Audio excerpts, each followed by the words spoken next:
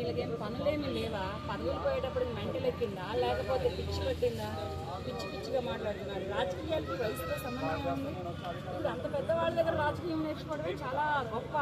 ఎందుకంటే అంతంత అనుభవశాలు, అంతంత పెద్ద పెద్ద వయసులో ఉన్న వాళ్ళు ఏంటంటే రాజకీయాల్లో ఏదైనా మంచి కానీ చెడు కానీ ఏదైనా చెప్పడానికి కానీ వాళ్ళ తర్వాతనే ఎవరైనా వచ్చేది.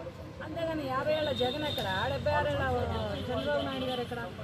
ఆయన రాజకీయ సర్వీస్ అంత లేదు. ఈయన వయసు జగన్మోహన్ రెడ్డి వయసు.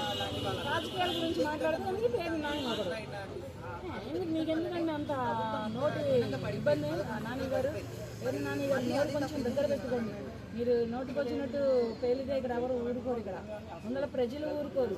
ఇచ్చిన సమాధానం సరిపోలేదా? 5 ఏళ్లు పరిపాలించిన పరిపాలనకు గాను మీకు ప్రజలు ఇచ్చిన సమాధానం సరిపోలేదా? 11 సీట్లతోటి ఓడగొట్టారు మిమ్మల్ని. 11 సీట్లతోటి గెలిచారంటే మీకు ఏమైనా ఉందా?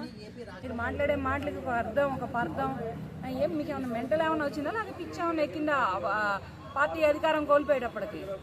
లేకపోతే ఇంకా ఉన్నటువంటి పార్టీలోనే ఉన్నామనే అహంకారం తలపగురులతో ఏమన్నా మాట్లాడుతున్నారా? కొంచెం అయినంత మాట్లాడండి. ఆ నోరు ఉంది కదా అని ఎలా పడితే అలా పారేసుకోమాకండి నోరు. తర్వాత మీరే ఇబ్బందులు పడతారు. అవతల ఉన్నది రాజకీయంలో 47 ఏళ్ల అనుభవశాలి చంద్రబాబు నాయుడు గారు, అయ్యన్న పాత్రుడు. ఆయన ఎంత పెద్ద వ్యక్తి, ఆయన దగ్గర కూడా చాలా నేర్చుకోవాలి. ఇంకా అటువంటి అయ్యన్న పాత్రుడి దగ్గర నేర్చుకోవాలి, చంద్రబాబు నాయుడు గారు నేర్చుకోవాలి. చంద్రబాబు నాయుడు గారు అంతటి గొప్ప వ్యక్తి దగ్గర మీరందరూ నేర్చుకోవాలి.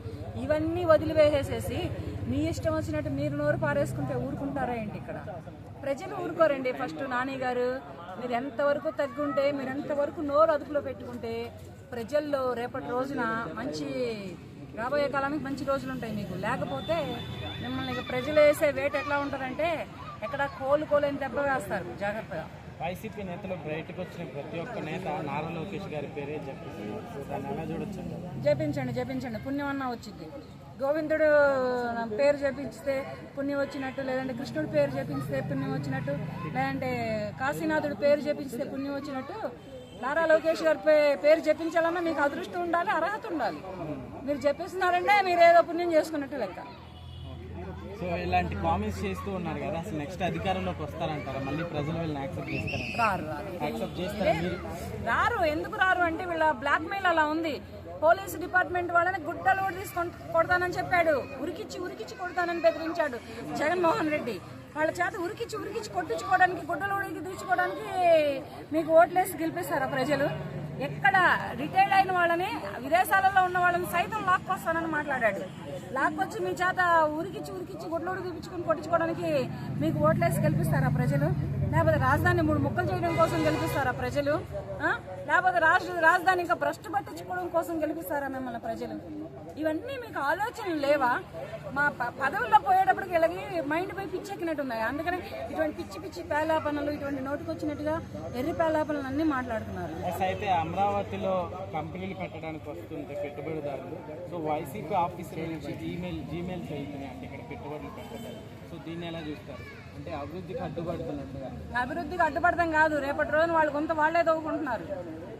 అదేంటి ఏపీలో కంపెనీలు పెట్టుబడులు పెట్టడానికి వస్తే వీళ్ళకేంటి నష్టం? అంటే కంపెనీలు పెట్టుబడులు పెట్టద్దు, యువత బాగుపడద్దు, యువత చదువుకున్న యువతకు ఉద్యోగాలు రావద్దు. ఏం చేద్దాం అనుకుంటున్నాడు జగన్మోహన్ రెడ్డి రాష్ట్రాన్ని? ఈ మెయిల్స్ ఐడి ద్వారా పంపించాల్సిన అవసరం ఉంది.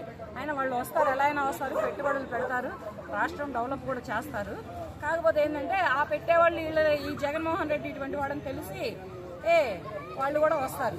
ఎందుకంటే నెక్స్ట్ ఇప్పుడు ఇతను వాళ్ళు ఆపేసాడు అనుకో, ఒకవేళ రేపు 29లో ఈయనకు అదృష్టం అడ్డం తిరిగి పదవిలోకి వస్తే వచ్చిన కంపెనీలన్నీ వెనకపోతాయిగా. ఈయన గోతిని ఈయన తవ్వుకున్నట్టే కదా అన్నీ. అందుకనే అటువంటి పిచ్చి పనులు, పిచ్చి ఎర్రెరి శాస్త్రాలు చేయకుండా జాగ్రత్తగా ఉంటే